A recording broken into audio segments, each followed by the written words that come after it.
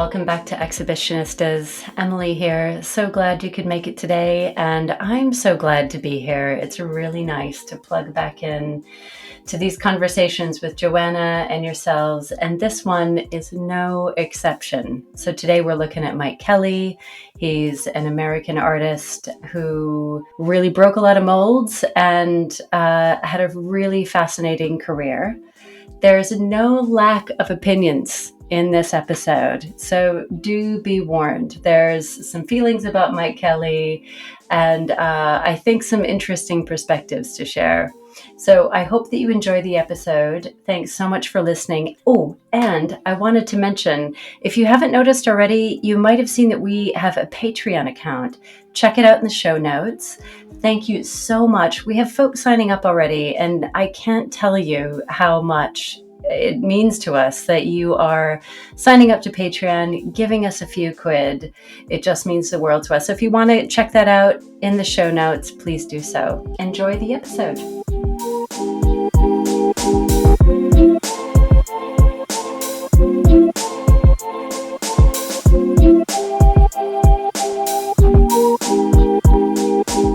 Welcome back to Exhibitionistas. This is the podcast where we go to contemporary art exhibitions and have a good chat about them. Do you like the ideas and idiosyncrasies of contemporary art? Great, you are in the right place. If you're a regular listener, thank you for coming back. It's so nice to have you here. And if you're new around here, I'm Emily Harding, an art lover and an exhibition goer. I am Joana Neves, an art curator and writer. And as Emily said, we visit solo exhibitions so that you have to, or so that you visit them vicariously through us. Just a quick reminder to go to our Instagram account for visuals if you're not familiar with the artist or the exhibition. It might make the episode even more enjoyable. Yeah, agreed.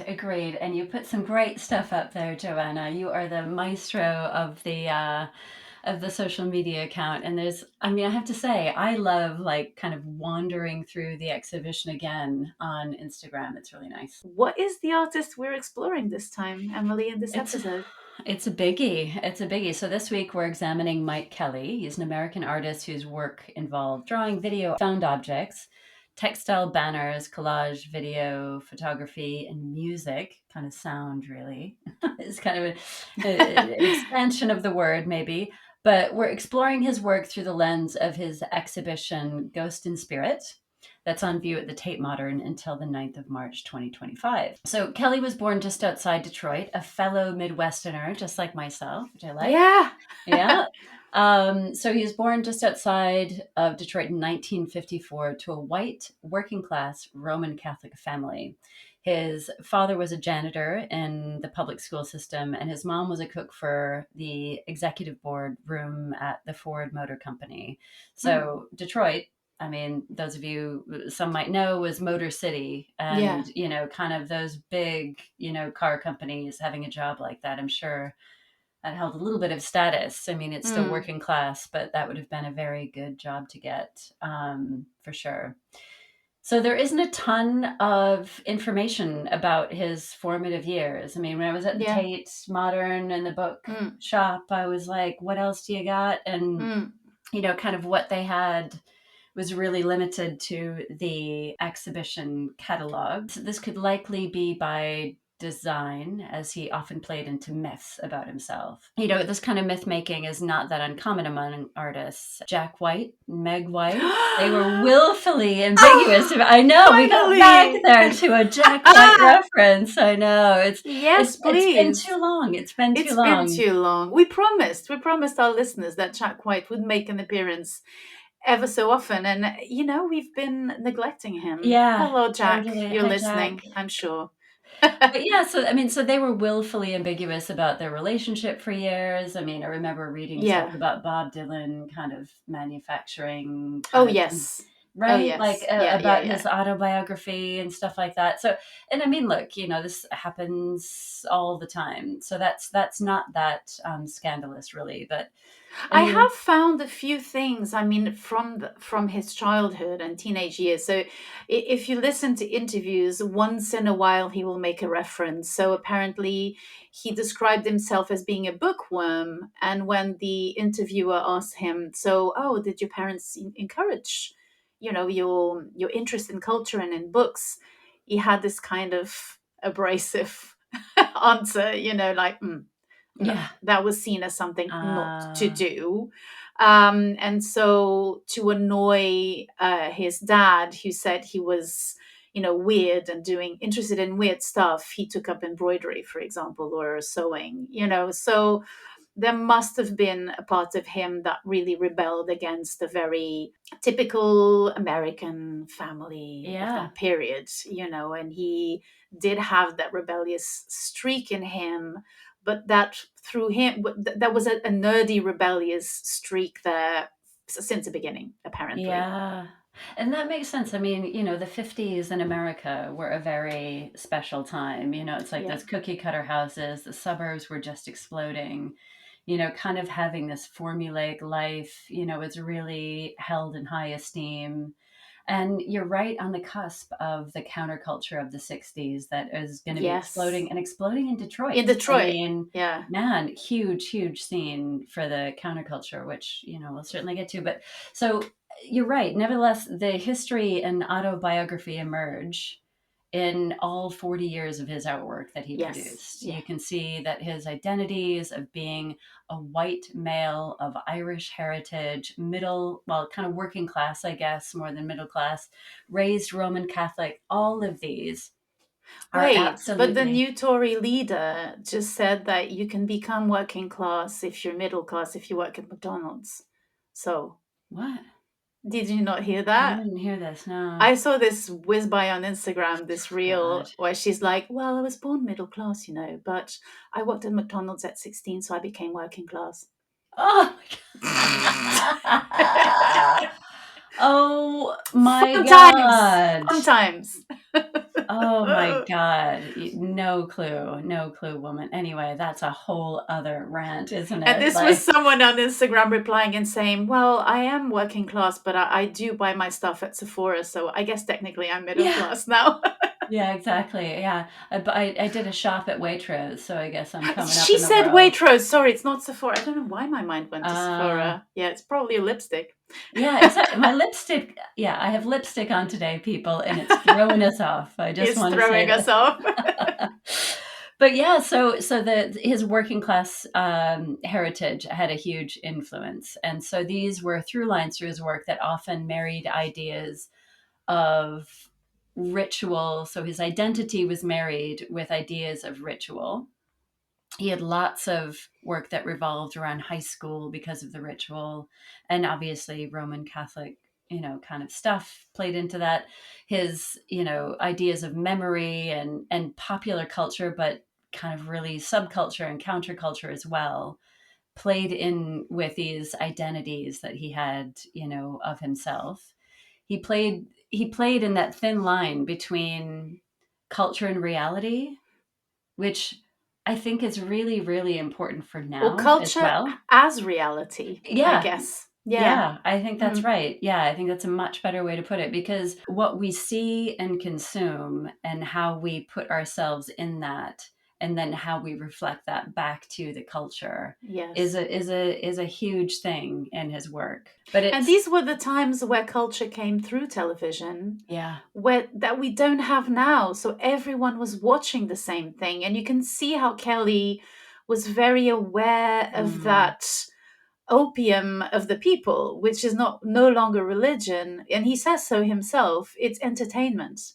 And so he was very aware of this idea of entertainment that kind of gets to you, yeah. like you're saying, goes under your skin, comes out somehow, and is really part of you. And therefore, the counterculture is something that we have a hard time explaining the young uns now, because it really is a sort of a parallel balance where you kind of try to gnaw at this prevalent, big empire of entertainment Yeah. through television and radio back in the day.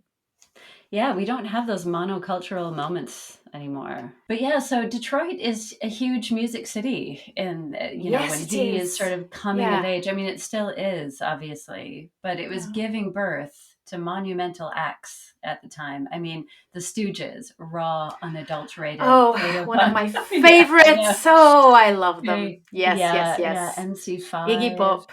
Yeah, totally. I mean, so it's super countercultural influences going on at the time.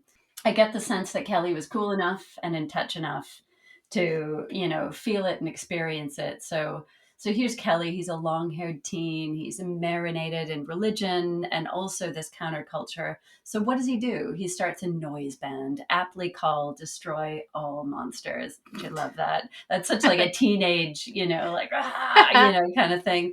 But the band was a mix of punk, psychedelic, and hard rock. And importantly for Kelly, there was a real performance art aspect to the band. So he was there. He was one of the founding members. He was there for, I think, the first 3 years with them. Yeah. And you can listen to some of their stuff online. And I guarantee you, it is not going to be an easy listening experience. I mean, I floated around some of it, and it was like I couldn't quite hang there for that long. But you appreciate the energy and the vigor It and was what they a were trying to do. performative experience. You had to be there Yeah, live. I agree. It's Yeah, not really totally. something. I mean, for me personally, some of these pop punk bands are hard to listen to on your iPhone. I mean, it's Yeah, not. That's not what they're for, I yeah, guess. totally. Performance art obviously is in the exhibition, which we'll talk about. Hmm. And I think that some exhibitions, like the Marina Abramovich one, they bring that performance alive in a very unique way. And not all of them do. But A little so foreshadowing, please. maybe. Yeah, maybe that was a little bit Maybe. of a tidbit. Maybe. So Kelly went to the University of Michigan and in 1976 enrolled in the MFA program at Cal Arts. And a couple of things kind of struck me about his education. First, the University of Michigan is like a 40-minute drive from his family home.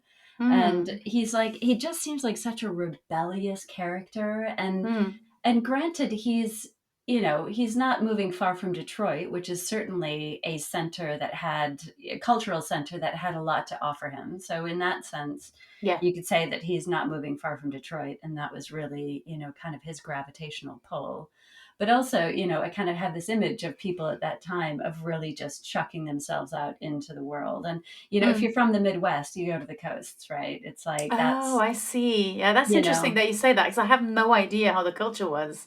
Yeah. yeah. And he But I mean, stays there. He stays put near the family yeah. home. Yeah. Yeah, yeah. But and then also it's like, kind of reflecting on Mike Kelley and, obviously seeing the exhibition.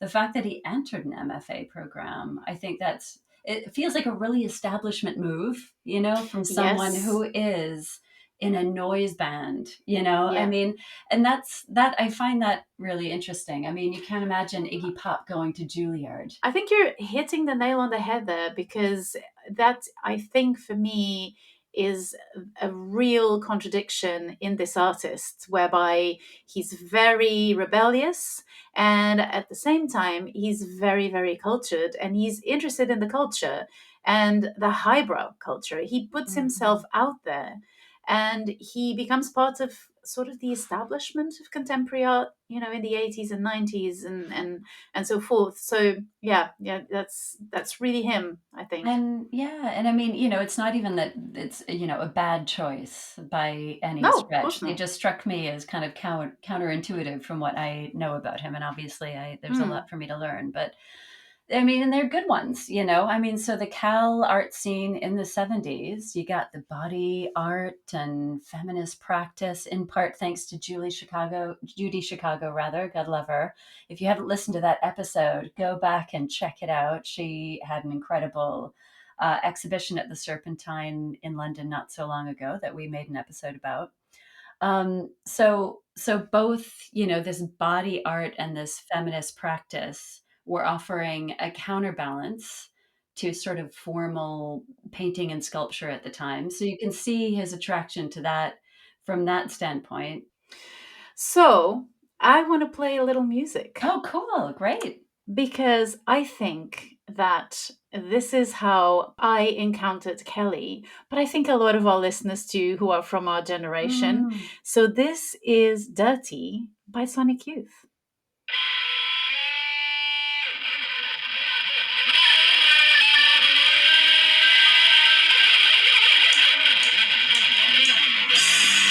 I could never forget you. Sing it, girl. Listen, I Yeah. love this. And I Yeah. Yeah. remember discovering this album and then Goo and thinking how perfect the covers were. Oh, for sure. You know, not knowing at all it was Mike Kelley and how incredible the music was. The texts were amazing. Don't touch my breast. I just want to go to my desk. Brilliant. You know, sung in the monotone and scratchy voice of Kim Gordon, at least some of the songs. And the cover, you know, an orange Yeah. plushie that has seen better days, you know, I that looks like an know. alien for Yep. Dirty, right? And then a drawing of a cool couple fleeing that was, in fact, I found out recently, David and Maura Smith, who reported the Moors killers to the police, which is a Oh, second right. reference in this podcast to this horrendous thing for the album Goo. So these were made by Mike Kelley, just Mm. like the black flag famous three chunky black line symbol was drawn by Raymond Hmm. Pettibon. It was I did Kelly's not know that. name. Yeah. So the black flag is a reference to an anarchist sympathies of the band and Kelly at the time as well, it seems so. Hmm. So, okay, so this is the 90s, 1992, Dirty, the album came out. It's a long way from 1976 when he landed in CalArts after having studied with a lot of, as per his description, post war Greenbergian formalist teachers Hmm. that he was not super fond of. So, Greenbergian. What's Greenbergian. Greenbergian? Oh, you don't remember Emily? We talked about Sorry. Clement Greenberg in the Guston episode. He was a very, very revered art critic who Oh, defined, okay. you know, the painting movement that was inspired by what they called European art in America, that gave birth to the Okay. abstract expressionist movement and theorized painting as being an autonomous space that was about painting itself very much into abstraction. And that was kind of the inheritance of this generation, but also the dread, because it was becoming, as we saw with Guston, lots of painters were kind of coming out of it, you know, kind of stretching out of this very dogmatic way of creating art. But the art schools are always kind of in a certain delay, so they Mm. inherit these dogmatisms quite a few, you know, quite often and still today, and then impose them on the students. So the story was very different at CalArts, which was a very strange and different school. I don't know, I didn't know this, so I'm going to put this out there. So CalArts was Walt Disney's dream project, and it's Walt Disney, the Walt Disney of Mickey What? Mouse. Yes. That was his dream project. Dream project. That So was he had the a dream project of Disneyland yes, and of CalArts. exactly. And Wow. apparently CalArts was like the dream project. He Huh. wanted to create a school with working artists where you could learn your craft in a cross-disciplinary way and where teaching would be an all immersive operation with artists who are actually creating and being paid for their craft, from what I understood. There's a lot of urban myths Oh, about CalArts at the time, so I'm not going to perpetuate those. okay. But it was a weird thing that was created by Walt Disney and his brother Roy. So in 1961, they merged the Chouinard Art Institute and the Los Angeles Conservatory of Music. And in 1970, CalArts opened its doors in Santa Clarita Valley. Okay. So this is quite incredible, and it explains why Judy Chicago, when she got there, she was like, "I want to do women's studies," for the first time ever in any university, and they were like, "Sure, let's Yeah. do this." They were Go for it. open to all novelties. She was an artist. She was showing her work, and she had a voice, and she could go there and do so. So I'm just going to read the last paragraph of the CalArts About Us page. In the half century since then, successive generations of innovators from CalArts have set the leading edge of contemporary artistic practice, from conceptualism, feminist art and design, video, and computer music in the Institute's early years to the Disney Renaissance, Pixar Revolution, and SpongeBob. Hmm. From interdisciplinary performance and digital design to the latest directions in music, AI, and interactive media, hybrid arts, whatever that means, and Yeah. immersive experiences. So they still have that, or they want to claim that edge for themselves. So if listeners, any of you out there have been to CalArts recently, write back. I'm really curious to know about your experiences. Yeah. Wow. I had no idea.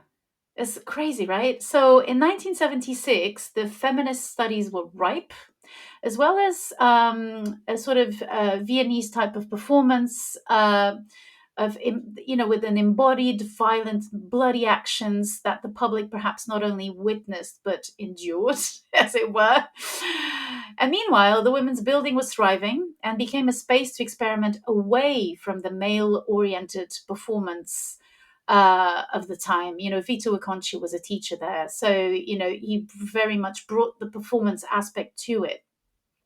So, this is something I took from an interview that is in the catalogue that they did for the catalogue of the exhibition with Suzanne Lacey, who was one of Judy Chicago's students and who became a very established performance artist. And the interview is very interesting. I'm not going to Hmm. disclose it right away, but it's really interesting what she says about Kelley in particular. So this was no longer the 60s where women were told to stay at home more systematically, which is exactly what she says. It was a period of liberation for quite a few people, not only in terms of gender, so not only the women, but also in terms of ethnicity. So we're coming to grips with lots of questions that still haunt us today in the United Hmm. States. Let's not mention the unmentionable. Yeah. Yes. And yeah. Anyway, so Kelly arrived also at a time where formalism and painting were being disputed by his teachers. So very happy to free himself from that Greenbergian formalism. He had John Baldessari as a teacher, for example. He was very close to him. So Baldessari famously cremated his paintings and baked them into cookies. And although that sounds funny, Oh my God. you can imagine what it means. Like he Yeah. burnt years of his practice. He grouped all his paintings together, Wow.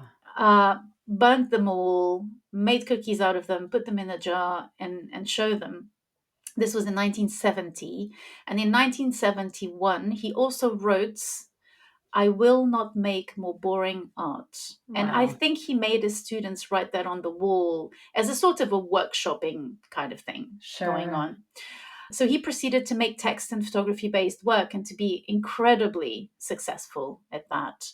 There was another artist who I adore, I really love. I mean, part of my thesis is on him, Douglas Hubler.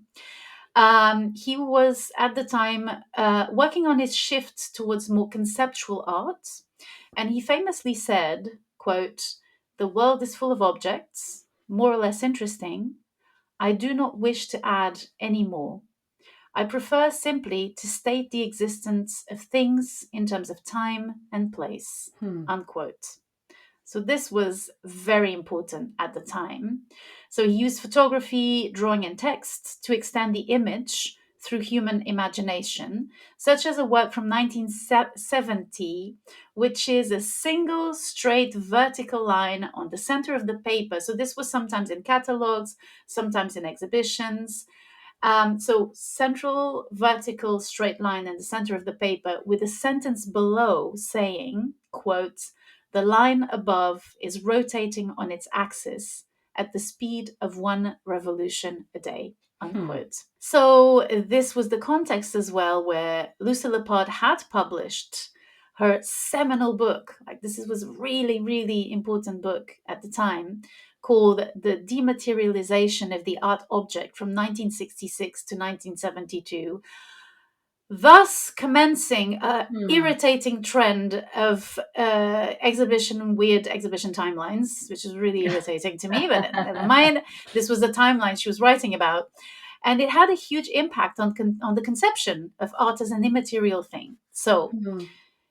if the culture at CalArts was subversive, so welcome thing for Mike Kelley to come to, it was still reductive in terms of what the object could be. So it was another kind of dogmatism for Kelly, with Sure. the exception of performance art, which was dear to Kelly and which he seemed to have absorbed through anarchy and punk. So, dear as his teachers were to him, he seemed to be unconvinced by the conceptual nature of their teaching. So, still, again, he was in a context where he wasn't that happy with a second kind of dogmatism that was deemed incredibly groundbreaking in the art world. Still today, I told you about the performance drawing. There's still there's an acceptance that you can take the public to, but conceptual art will probably for a long time still be too much. This idea that the art object doesn't have to exist, as Solowitz said. So Solowitz sold his wall drawings as diagrams. So you specifically bought two pieces of paper. One was a diagram for the installation of the wall drawing. He did Hmm.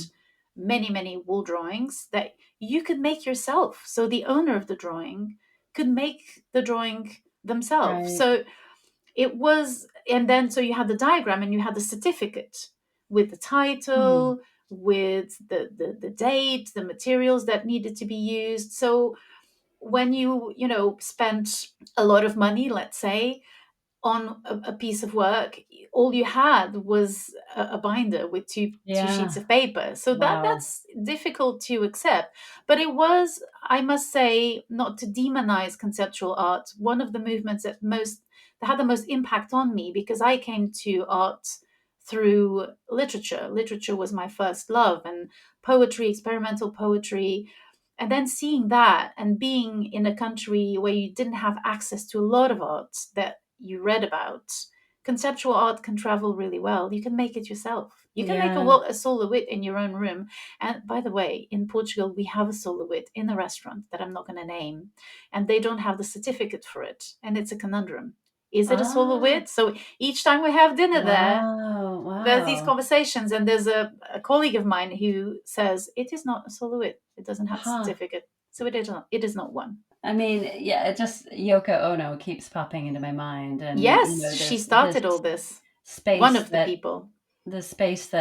Mike Kelley's exhibition is in is the exact space that Yoko Ono's exhibition was in the Tate Modern, and there's just so the Venn diagram has a very substantial, chunky middle of overlap there, doesn't it? After the break, we can look at how this incredible recipe cooked up what is Mike Kelley and is, demonstrated throughout the exhibition because he explodes onto this scene. Like he takes all of it and just does his very own thing with the interpretations of all that he's experienced at CalArts and before. He's already doing it. I mean, I don't want to say that he isn't already doing it before he even gets to CalArts He because he for is, sure is. for sure. But Yeah. but he comes out of CalArts with, a lot of these ideas that are just bursting forth from his own art.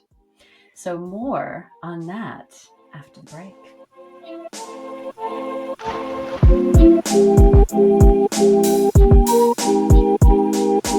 Okay, so we're back to the cacophony of Mike Kelley's exhibition, which is curated by Catherine Wood, Director of Program, Fiontan Moran, Curator of International Art, and Beatriz Garcia Velasco, Assistant Curator of International Art at the Tate. And as soon as you arrive at the entrance of the exhibition space, there's already quite a lot going on. There's a very Mm-hmm. loud, dark pink color on the wall. The text is written in white with Mike Kelley in big letters, and the name of the exhibition is Ghost and Spirit. And there's a Hmm. little text that by Mike Kelley, which looks a bit like a sort of a poem that they took out from his writings, and it says, "A ghost is someone who disappears, an empty concept. A spirit is a memory. Think, the spirit of something. It's not there, but it is what remains. It has a lingering influence. I am a ghost. I have disappeared.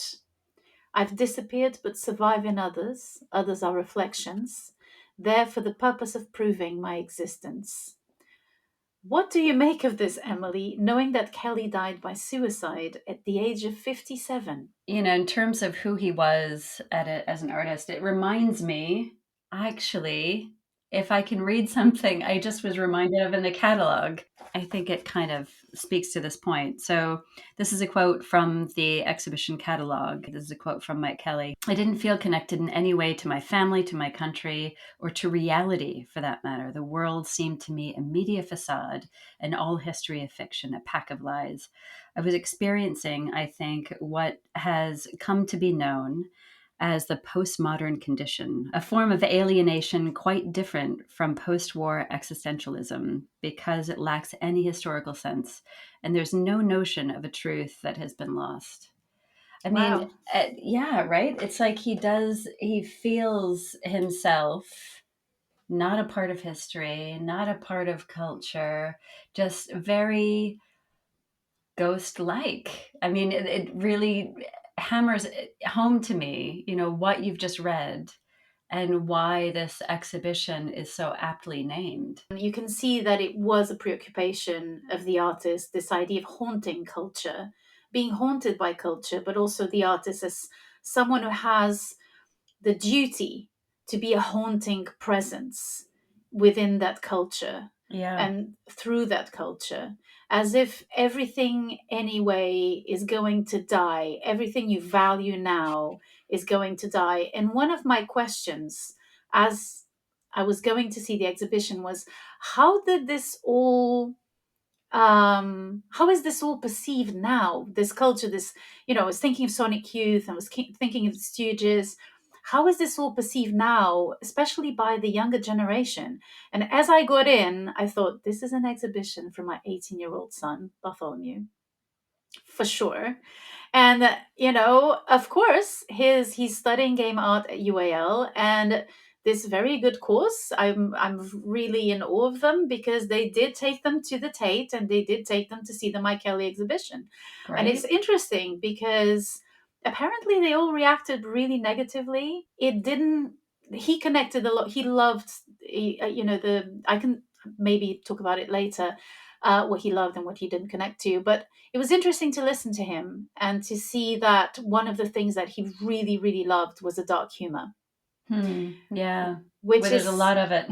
and there's a lot of it, and it's Yeah. something of that age, isn't it? I mean, you are so brave and you are so abrasive when you're in your teens, not even yet in your 20s, and everything is so distant still, the Yeah. responsibilities, and that's exactly the theme of, especially the first, maybe probably all the exhibition is about adolescence or around adolescence, but the first Yeah. room really very specifically talks about adolescence, which is kind of like a liminal state between childhood and your first adult years. So just to kind of step back for a second. So the exhibition, so it's held in the Tate Modern in the same rooms that Yoko Ono had her exhibition for many months. So I guess that's about kind of give or take 5, 6 rooms. It really brings you through his art, his trajectory more or less chronologically. Cacophony is exactly the right word. Hear the videos from different rooms and the audio from that, and you hear other sort of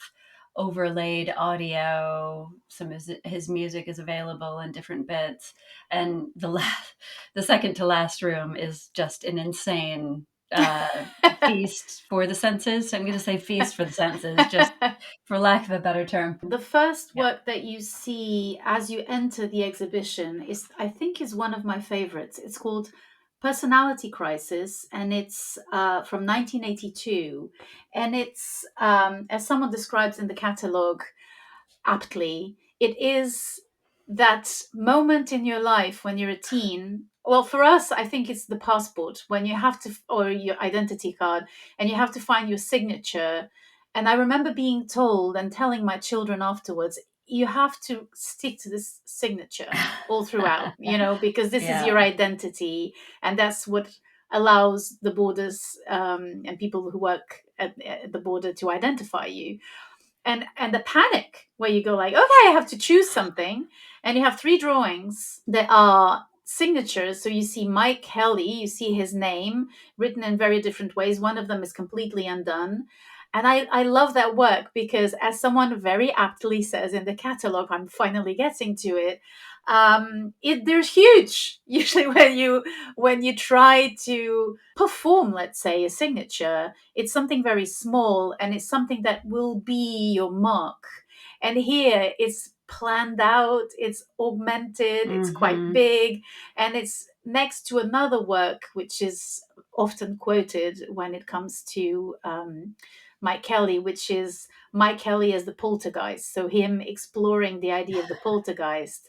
And it's several drawings, and the central one, a little bit like a church. You have Yeah. like the Yeah. different areas, and then you have the altar, and then you have him photographed with cotton wool coming out of his nose and his eyes rolling back into his brain, as if he was having a sort of an exorcism done to him, performed to him, or Hmm. if as if he was being taken over by some malefic power. But it's just cotton wool. And he, on the if I remember correctly, on the left side, he talks about adolescence, and about the use of the word dreamy, and how interesting that is, because Yeah. a dreamy state is kind of an interstitial state. And then on the other side is more of a theory of the poltergeist. Am I correct in saying that? Yeah. Right? Yeah. Yeah. And it's kind of a fun work as well. And then you turn and you have a whole room with memorabilia from several performances. Yeah. Yeah. Yeah. Yeah. It's just called performance related objects. And it's, kind of from 77 to 79. And apparently it was assembled in this way by him in 1998. So there's like a lot of objects, yeah, that he used in performance. And I mean, obviously, they're a bit out of context because they're not in the performance anymore. But you can see there's like light fixtures on the ground, and I mean, it is just jam packed. Like there's just so much to look at. Drawings. There's bits of sculpture. It felt intellectually interesting, but I felt unmoved. I didn't. I had a hard time connecting with this room positively or negatively. I just sort of felt like, oh, okay, so these are things that were important to the artist throughout his performative career in particular, and his early career. I mean, I think the bit that you talked about, his signature, I mean, even that to me, I mean, I think I applaud you for sort of thinking about that. I mean, I just sort of thought, oh, well, like Mike Kelley, he's doing it in cursive, he's doing it in these sort of block letters, and then it's deteriorating. I was kind of like, oh, okay, interesting. I mean, I got more out of it by what you've just said than when I was standing in front of it. I remember the first thing I thought in that room was, oh my gosh, he draws so well. His drawings are incredible. Yeah, yeah, They're very close to Raymond Pettibon. They were very close friends. You can see some of his notebooks. But it's true that if you don't read about it, you don't know what performance, particularly, they are part of. They kind of merge into each other. You don't quite know exactly where it stops and where it begins. And then you mm, go into the second room that is dedicated to his banners. There's two rooms with banners, so the second room and the third yeah. room. And Banana Man. Banana Man, Banana yeah. Man, who is For us, we are the banana people. We are the banana women. Exactly. I didn't even think about that. Yeah, bless him. Yeah, Banana Man. Yeah. So in that in the second I room, mean, it I was would for our listeners. I say this because the banana is on our thumbnail, and it's kind of yeah. a banana peel that kind of symbolizes the discomfort that sometimes you have when you enter the art world. Yeah, and my sister just gifted you a I am banana. looking at the banana you Yeah. sisters. So it's on my mic. Yeah, yeah. But in that second room, you see in these banners that he's put together. First of all, it's like the opening room is white and it feels very light and bright. And there's, the drawings and the wording, etc. And in the second room, it's black, like the walls are black and it Hmm. feels Hmm. much kind of darker and heavier. And there's the first banners that you have on the right are kind of focusing on some of the tropes of his Irish heritage. Hmm. So you Hmm. have like a clover leaf and you have a devil and skull, and he's kind of really playing on some of the ideas of his Irish heritage. And also But school banners. I think that's kind yeah. of the idea, is to go back again to the school years. There's been a lot of talk about how sexual some of the works Mm, are and how gender defying they are. And to be honest, I didn't see that at all. And when you take a closer look into especially the Monkey Island performance, which is the second part of the first room, you can see that there's a lot of references to desire, sexuality. So that performance was about these theories that were experimented on monkeys about the relationship, the bonding between the mother and the child. And it's funny to me that the projection that he makes becomes immediately quite sexual, mm, which I find in really bad taste. I mean, right. not because I'm a mom. The limits between family life, sexuality, identity, and freedom or liberation are so tenuous and so importantly discussed and moved and Mm, interrogated. But I just thought it was very cartoonish yeah. and quite, and also I missed the performance itself. So another thing to say about Mike Kelley and the Banana Man performance really brings that home is that, and the last film you see when you leave the space, there's a video of a later, much later performance, is that he was an incredible performer. That's one of the things Yeah. I took. Yeah. He was this nerdy kid with acne scars, but also quite charismatic and attractive Mm, and magnetic. The way he moves is incredible. There's a moment in the Banana Man video where he's discussing a car crash. So to simulate the car crash, he blows up a balloon.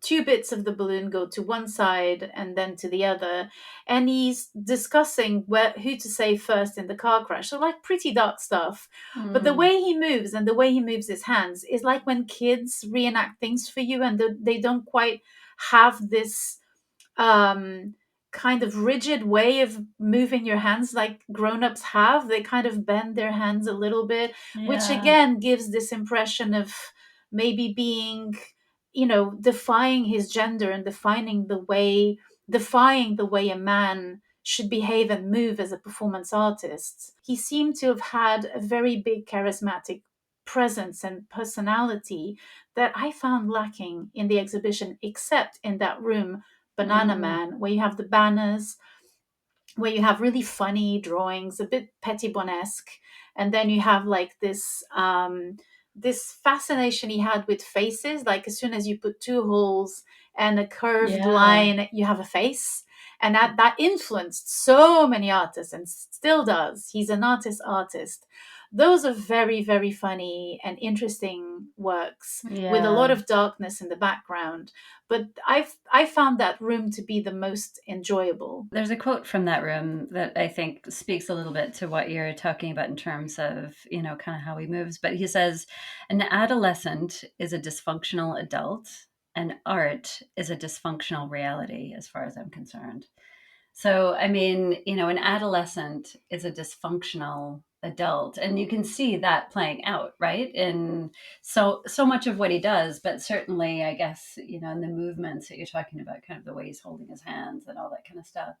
I felt much more connected to him in that room, obviously, because, like, as you say, you could watch the film and, really, experience as much as is possible in 2D, his presence and charisma. And, there was this part of me that was just like, Banana Man, and he has, like, the penis section coming out from, Again, this sort of like, the sexual, hose, yeah, and, like, it didn't do much for me. The next room yeah. is the one that I loved. That was my favorite room. So this is the room where you see the abandoned toys, the stuffies that have been, excuse me, put into collage. Like, there's a very big collage of it on the right hand wall in front of, or sorry, just behind the kind of melted candle wax sculpture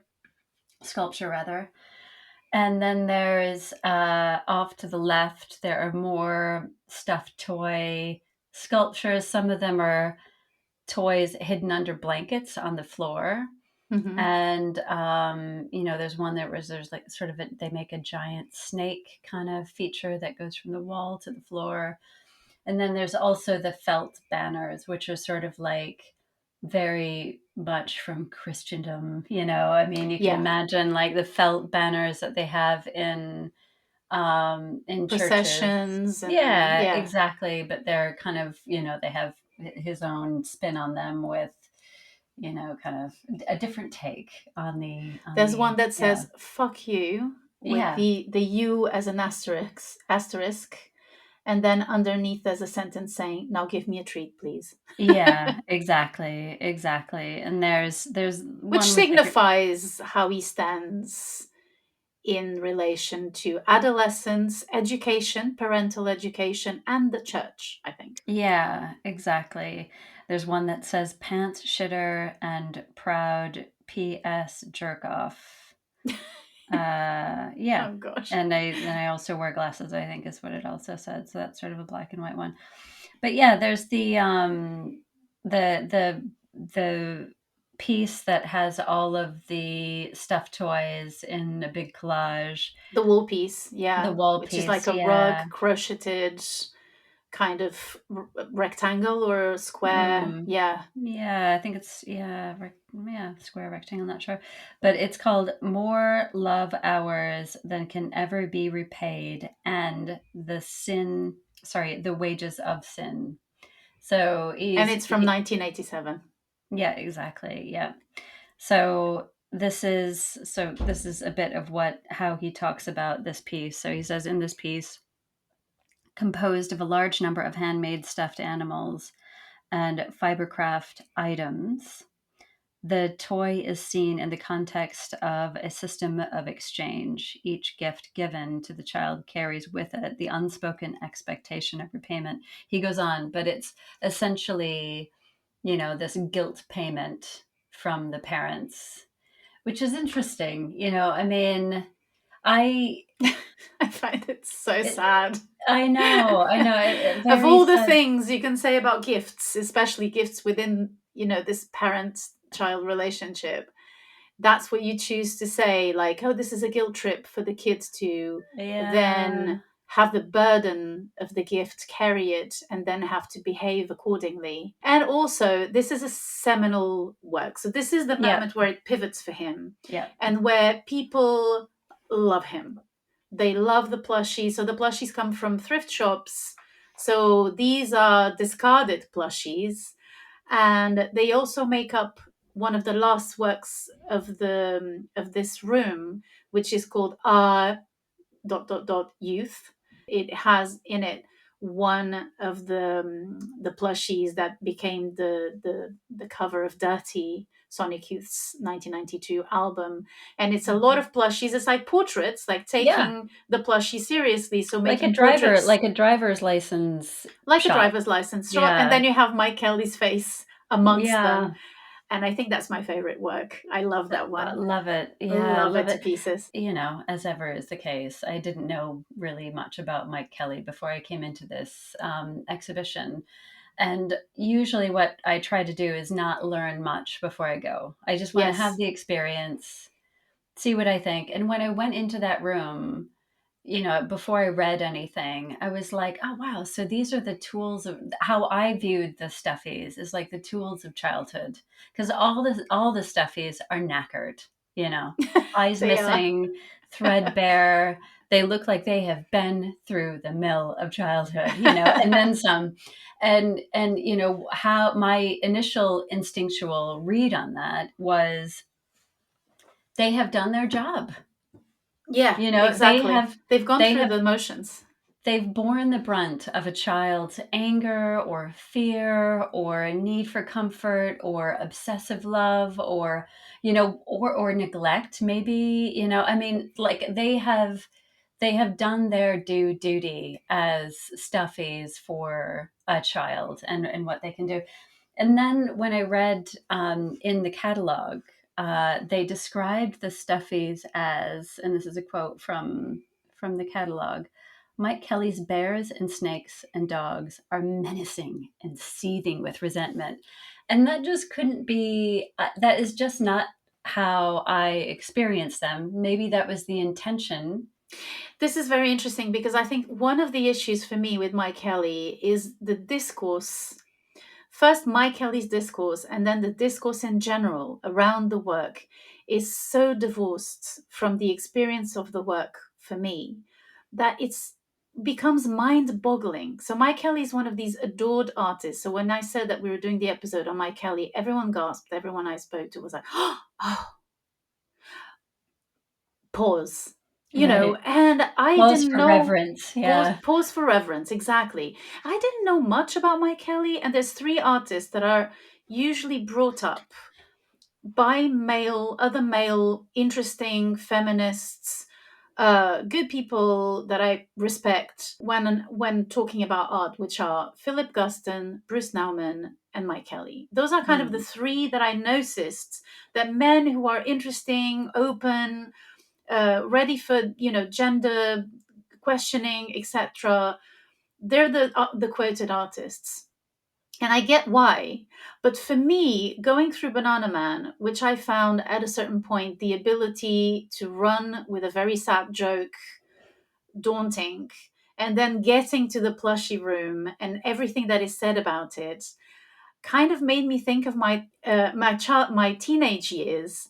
And and when I realized that the nerdy kid that I fell in love with was actually the same as the kid who played football, just with another countercultural thing going on, more interesting formally to me, but kind of the same thing, kind of the same Yeah. macho, kind of the same sex obsessed, you know uh, onanistic Juvenile. person, Yeah. Yeah. and it kind of made me think that this is not as there's a lot of desire to be open and to be different and to be a feminist and to be rebellious and to go against the establishment, particularly in this piece. So the piece was that the thing that Mike Kelley said about the plushy piece, or the mural, the one that is called More Love Hours Than Can Never Be Repaid and the Wages of Sin of 1987, is that he hated the fact that people loved it. And at a certain point, he fixated on the fact that a few people said that that piece was about abuse and that therefore he had been Yeah. abused. And it made me think of that thing where 10 people pay you a compliment and then an 11th person comes and says, "You look like shit." And Yeah. then you're like focusing on the I 11th look like person shit. and Yeah. forgetting everything else that people said about the piece. And he says so himself about this piece. So I listened to an interview where he says, "My art is reactive." So he reacted about that. And he said, "I never did anything autobiographical. If anything, as we've said, he likes to deconstruct the notion of identity." There's a really interesting interview in the catalog with Suzanne Lacey where she hypothesizes that he was even against the feminists because at a certain point the feminist movement was about essentialism, which is like Mm. the essence of female people is this, which now is still a big deal in feminist movements. You have the non-essentialists and the essentialists. And when you say you're a feminist, usually you add up like, but non-essentialist feminist. So I don't define womanhood and femalehood. I'm more interested in the cultural construct of Yeah. femalehood, or womanhood. So he is deconstructing identity. Suddenly, there's this huge biographical read by some people of his work that he had been abused. And then he starts building. So the rest of the work that you see in the exhibition, a lot of it is about this idea that he suffered trauma. And so he was interested in this big idea of the time in psychology, which was repressed memories. And there was this big backlash against it because it was discovered that psychologists and therapists were kind of feeding questions that had in it within them already this grain of suggestion of, you have been abused, haven't you? Mm, Because you keep talking about holes, like this thing of like holes, therefore vaginas, therefore penetration, therefore you were abused by your father. And yeah. so there was this massive over exploration of these things in psychology, and he thought, okay, so I'm going to do some autobiographical stuff. I haven't done it yet, which again, I'm thinking, well, you have, because you are Mm, talking about yourself as this countercultural kid who did performance, who listened to a certain kind of music, blah, blah, Irish, lapsed mm-hmm. Catholic, etc. But anyway, that's neither here nor there. So then he goes, so that's the following room, which is a very disconcertingly big room that is incredibly difficult to curate. And Mm, kudos to the yeah. curators who really try, because this is the ceiling is incredibly high. It's a vast room that has these ensconced spaces, and it's difficult. I mean, the Yoko Ono show was, admirably curated, was really great, because it's not easy to Yeah. install work in there. They kind of get lost in the space. But Kelly does have big installation work. So from that period onward, you have his reaction to this, to people loving this work, and his apparent misgivings with it. Yeah. And so he worked for a long time on reconstructing his childhood school buildings from memory. And so he realized that he could not. And so he went and took the floor plans of those places, had them all kind of agglutinated, and then built a massive structure that couldn't be. It's called something complex and couldn't be in the show. Educational Educational complex. complex. Yeah. Thank So it's you. from 1995. Yeah. It's in the catalog, and it's too fragile to be shipped. So you don't have that. You have yet another work that takes up the whole center of that space, which is called Sublevel. And it's about the basement at CalArts as sort of Hmm. like a hint towards the idea of the subconscious and the superego and whatnot. And the places that he can't remember are covered in pink crystals, Yeah. Yeah. Yeah. Oh, yes. Yeah. Yeah. Yeah. because he loves Yeah. the color pink, because pink is vaginal, is the flesh, it's whatever. I So enjoyed that too. I mean, I enjoyed looking at it. I sort of appreciated the kind of having this very plain sort of plywood exterior that's quite cool with the interior of this beautiful pink crystal. I love a pink crystal, a little rose quartz. So I mean, that was enjoyable to appreciate. This is a landscape marked not by memory, but by forgetfulness. So he was interested in, yeah, in the huge blank spaces. And again, I mean, that links to what you were saying in terms of the plushies and, some of the critiques of the holes and that are left in people's memories and what gets left out and how that gets expressed ultimately, I mhm, guess. But mhm, mhm. yeah. to be honest, that's the part that really moved me the less in the exhibition. Mm, Then there's another piece which is a big, big, big, big cloud made of tinfoil, yeah. where he recorded himself. So there's sort of a picnic blanket with pots and pans, I think, on the ground, but again using this sort of reflective silver element that you put in cars to protect them from the sun, and then the tinfoil structure from which a sound comes, which is him Yeah. reading about UFO sightings and UFO conspiracy Mm, theories. Then in the back, you have the Candor piece, which is a whole thing that he did, like two pieces that he did about Superman. And then there's a really weird piece that is a sort of like a painting, like something that you put on a wall, rectangular, with these beads and yeah, these like a big collage, a yeah, of big found collage, objects. exactly, which is, the text explains, it's an African American technique for making funereal objects. And then there's Hmm. another piece where there's a milk jug that you buy in the supermarket without its label, with two eyes and a mouth. And then there's a sort of a vase covered in the same beads. And the text says that he's taking in this African American craft uh, to produce those objects, those funereal objects. But of course, you're more drawn to the smiley face that is much more pleasurable to look Mm, at than.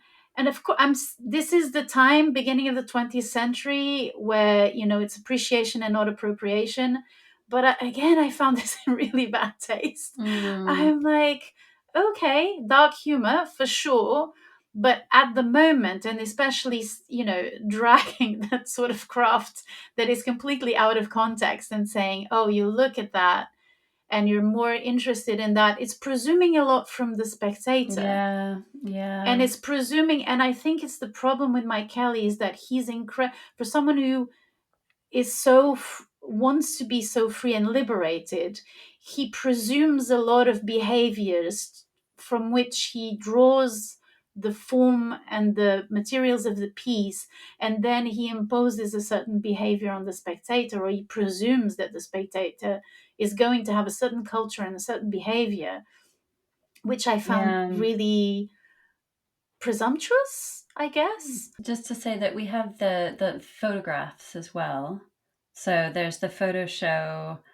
It's called Photo Show Portrays the Familiar from 2001, and these are just the black and white photographs from familiar places to him in Detroit. Oh, So they're kind do you of know they're what? kind I of think I blanked out on those.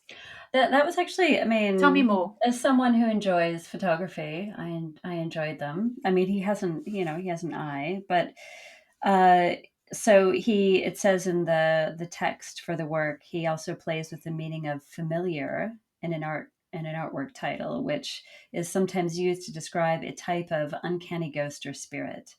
So the images are of his family home, of the skyline, of a statue, of just kind of of a restaurant facade. I mean, various scenes around Detroit, basically, that were familiar to him growing up. Formally, I'm not sure that people will get that from the objects themselves. I think that would be, for me, the real issue. And if you need that much text and that much information, then it seems that Kelly is talking to a very small number of people. And there's one work, there's two images that are quite beautiful, very colorful, on the other side of the of sublevel, so that big installation of the sublevel of Yeah. CalArts, which are called Form and Content, I think, or Oh, no, yeah. Form and Color, which is a play of form and content, which is this big debate in visual arts of, like, is the content more important? Is the form? Does the form drive the content? Does the content drive the Mm. form? Because one of the pictures is saturated and very precise, and the other one's a bit blurred out and very much like an abstract painting. And their photographies are inkjet prints.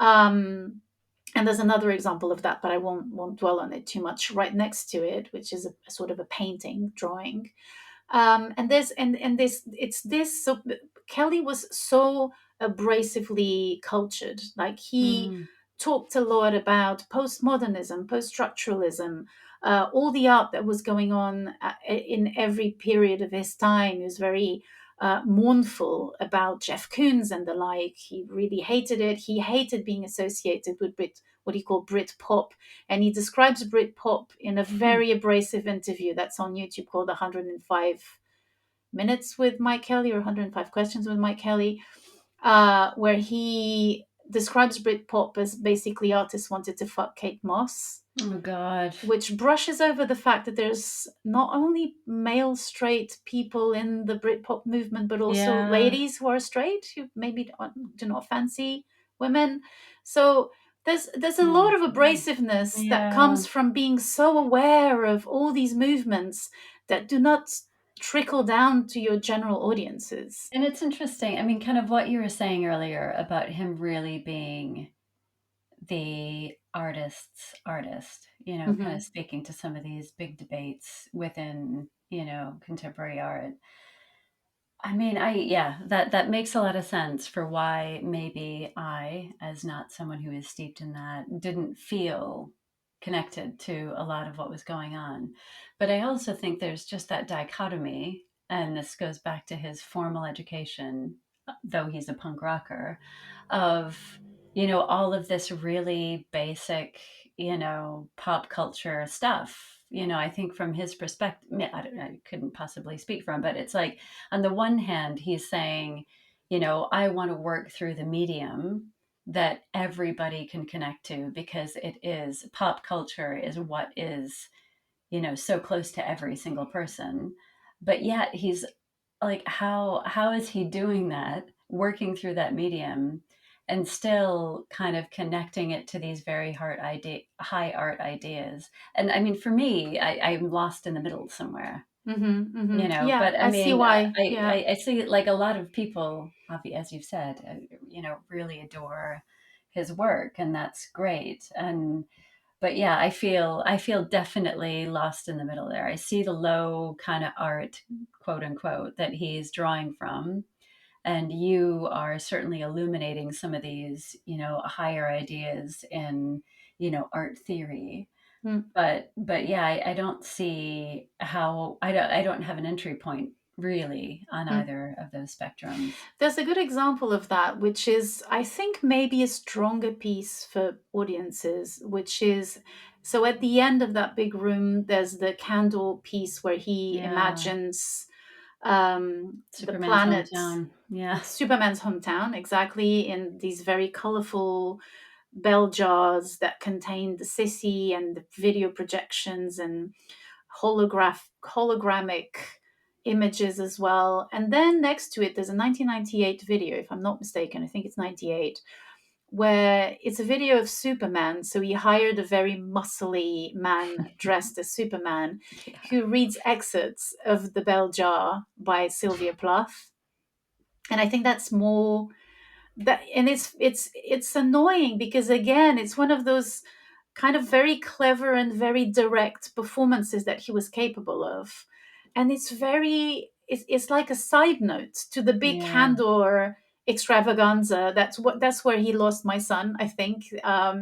He told me, well, the Superman thing doesn't really interest me, Mm. like I'm not into that kind of thing. Yeah. And it's a very obvious bashing of the alpha male, superpowered, strong, potent, formidable figure that he's kind of like gnawing at because he's reading an extract of a feminist icon such as Sylvia Plath, Yeah. and particularly Bell Jar, which is such an incredible piece of angst and depression and self-loathing, and it's a whole journey, and you see Superman being a really bad actor, so he's really bad at reading.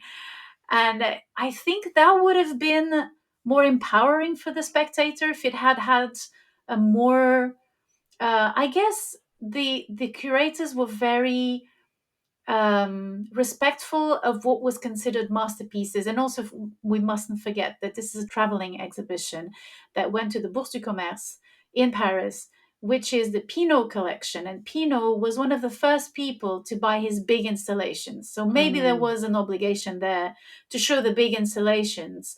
But I think sometimes, as a curator myself, I always like to think, okay, so what would be the piece that would be a sort of entry point into the work, whether you love it or not, whether you connect to it or not, but at least mm, for you to be more immersed in what it means to be Mike Kelley and how he was devouring the feminist movement. I mean, the plushie piece is a piece that takes up the craft that was the feminine craft, which yeah, was exactly. knitting, Yeah. embroidering, sewing. Crochet. It's not, it is there for a reason. And maybe I would have put those two pieces in dialogue, be less chronological, and also less chronological. I mean, this is what, yeah, 1998. I mean, and maybe have help people kind of get into the grittiness and the need and the desire. Because I think with Mike Kelley, what's really beautiful is this desire to question this wild maleness that he Mm, was caged in. I mean, yeah. you are. I mean, if you talk to men nowadays, we're still having this conversation. It's not easy, and it's interesting to hear a man talk about that. So for me, that's an issue because at that point I was really tired of candor. I was tired of sublevel. If you're tired at this point, good God. And I felt the same way. Good And it's like grief. that. This is the second to last. This is kind of the last big room. There's still a film at the very end and kind of a hallway of some notes and things like that. But yeah, so this is the last big room, and oh my God, is it big and cacophonous to the max. It's called extracurricular activity projective reconstruction. Is that? I think that's it. And I think that was supposed to be a big happening that he wanted to produce for 24 hours. Yep. Um, which, go ahead, explain it. You're American, it's Oh your God. duty. Oh God. Oh boy, this is a big task. So basically, this is a room that, again, the walls are black and there's lots of low lighting and specific lighting on certain objects. So it's not sort of a bright light space. There's video, there's sculpture, there's movement, there's lots of photography, but basically the room is looking at the that line between culture and reality and how we see ourselves in it. I think is a lot of what he's working with here. So there's a quote from him that says, "The folk entertainments I represent are true in the sense that most people have done or experienced such things themselves during their lifetime. I don't see them simply as shallow any more than I see, quote, false memories as shallow. They're truly felt experiences. Movies and pop songs are similarly real on the emotional level. I'm playing with the equivalence of art and true recollection." So, I mean, it's a difficult room to explain. I mean, there's lots of music, lots of motion, lots of lights going on. I mean, by the time you're at this part of it, as we've said, you're a bit tired. You're a bit like, what? And then you come here and it's like it took all of my wherewithal to sort of hang with it. So it's like there's you walk in and there's like these hanging screens that have people posed in these sort of Roman Catholic, Mother Mary kind of poses, I guess. And they're sort of cycling through, and it's people sort of mimicking that. There's a bit in the corner which is basically a big piece of red fabric that's like a curtain, and Hmm. it's twirling around on like some kind of metal hanger thing. There's a spotlight on it, and in the spotlight, you see the shadow of it looks like a woman who is a stripper. Hmm. She's in a state of disrobe, or maybe you're looking at someone And through a window. dancing, yeah. Yeah, no, that's right. Yeah, she is dancing. So there's that going on. You get images of like stills, I guess, maybe from like horror movies or movies. There's And a then you film, have, there's a reenactment of that horror movie scene where you're almost being killed or you're running away. There's a yeah, yeah, child, yeah. then there's a teenage woman. Yeah, and there's also just like, there's images of like Dracula or a vampire movie. Hmm. And then the person dressed up is that person in the movie.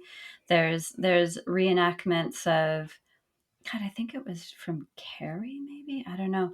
But it's like high school, people on a stage, and it's from a movie, and then you get it recreated. And so I guess, yeah, I mean, kind of looking at how we see ourselves in the culture. And it's all based on these school events, plays that you put Yeah, on, and rituals in school. rituals that Yeah. you, but that allow you to be someone else and to wear makeup, and for men to be women, and Hmm. for women to be older, and to perform these plays and these to inhabit these characters that are of the culture, but that are also caricatures of the culture. Yeah. And there's this very strange, so there's a lot of photographs of real yearbook Yeah. images of the colleges, and then the reenactments photographed. I find it so vampirical. There's Mm. something about it that is kind of sucking the life out of it. His exercise of never wanting to believe in anything and never wanting to represent anything other than reacting to Yeah. something that already exists means that there's no real position. I went back after Trump got elected and I thought, Oh. okay, am I going to see this in a different way? And I felt the need of someone taking a position somehow. And you can argue Mm. that he does take it, obviously, because what are we doing being here in this life other than reacting to things that existed, that pre existed, and that will exist beyond us? Sure, of course, that is arguably something that you can think, but at a certain point, it comes to you and you're making a decision. Yeah. And that became really apparent when I went back to the exhibition. And it's going back to the last thing I read about the show was this Suzanne Lacey interview that I really, really urge you to read if you have the catalog. Mm. The last thing she says is there are many formal elements in that kind of early feminist performance work, but its critical reception was based on its content. So, going back to the idea of content and form, its critical reception was based on its content. For us, so the feminists, content led to the development of forms, but these were often unrecognized. The art world gives credit to the formal innovators, not the content innovators. Mike Kelley may have been able, from an abstracted distance, to deal with the content of gender and cultural expressionism through craft, but this became celebrated as a formal innovation. Now Yeah. he's the one known for it, not the girls. Wow. Yeah. Because he's so free formally, he loved surrealism.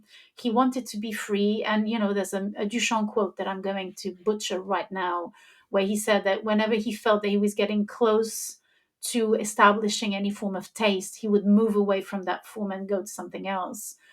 This idea of not clinging to an aesthetic and to work on what an aesthetic creation and pervasiveness meant in the culture, um that that was it. Mm.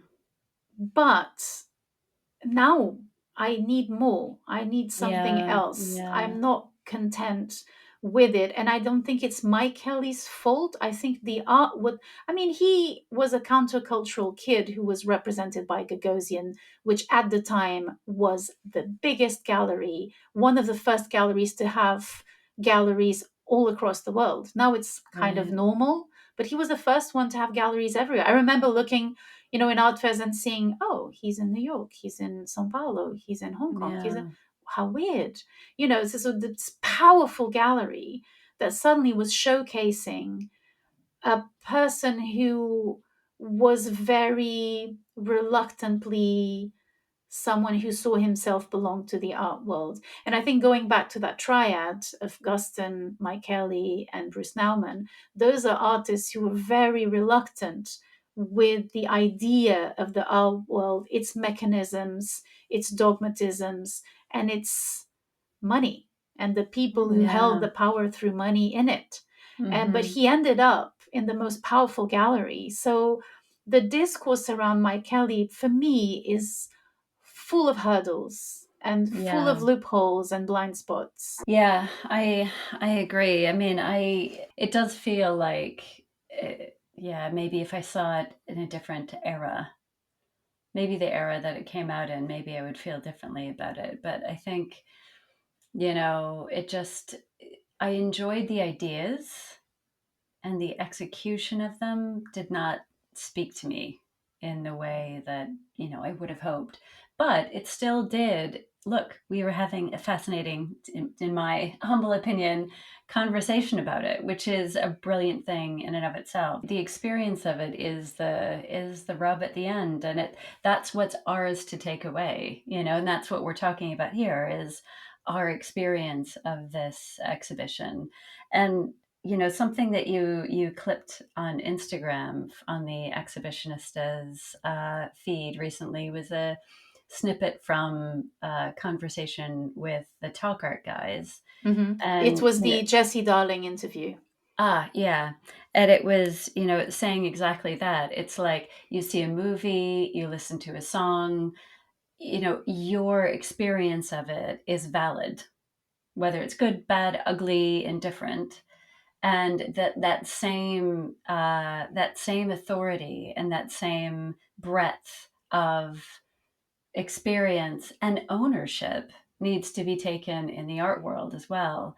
And I was so happy that you clipped that, because it felt like something that I really needed to hear, and I think it was something that I hadn't appreciated fully, that that reverence and the cultural kind of aura around certain artists can be impenetrable at times, and I'm not really in the art world, so I haven't felt that surely as in depth as I imagine people who are more versed in the art world do. But yeah, it's like this experience that we've had at this exhibition of Mike Kelley's is ours, and that's what we're talking about here. So maybe I'm hedging my my ourselves against any recriminations over. I don't want to offend anyone who loves Mike Kelley. He's definitely lovable, for sure, if he's speaking your language. Yeah, he was But beloved. I mean, one thing to yeah, say about him is that when I started researching him, I came across a number of articles that were written about him when people learned about his passing, and they're so tender. He was so yeah, beloved. I mean, he must yeah. have been a really good friend. He must have been someone perhaps a bit fragile, perhaps a bit vulnerable, and Mm, putting himself out there. So I mean, this is our experience. yeah, This is our yeah, take on it. We're two women in their late 40s with a certain, you're American, I'm Portuguese, European. And we have expectations from exhibitions and artists. And it doesn't mean that when our expectations aren't met, it immediately, evacuates the artist from the platform. I was very happy to go to and I think I'm going to go back to the exhibition, oh to be wow, honest, yeah, with people, with people from the family, that haven't seen it yet. I'm really interested in kind of really taking it all in, because it's going to be the last opportunity I will have to experience his work in such a massive way. Again, liking, disliking, not really the point. It's about yeah, coming together and trying to give that space to someone who worked so hard all their lives through probably intense bouts of depression. So yeah. that's what it's all about, and this is so enjoyable, Emily. Yeah, Again, I'm so glad totally. you're I back. know.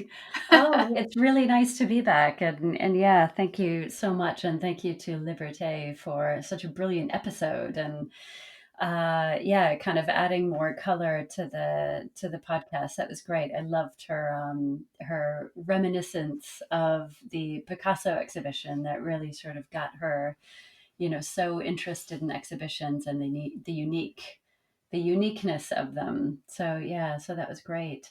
But thank you. This is great. I mean, lots more to talk about with Mike Kelley and more exhibitions coming up. So thanks so much for everybody for listening, and thank you, Joanna. Well, thank you, Emily. This was indeed, again, a pleasure.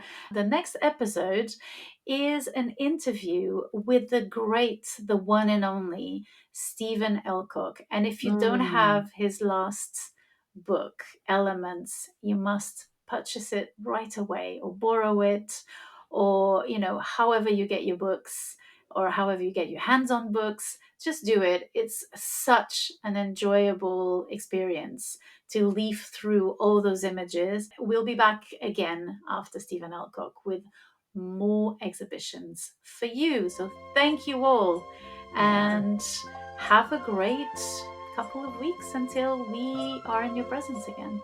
All right. Take care. See you soon. See you. Bye bye.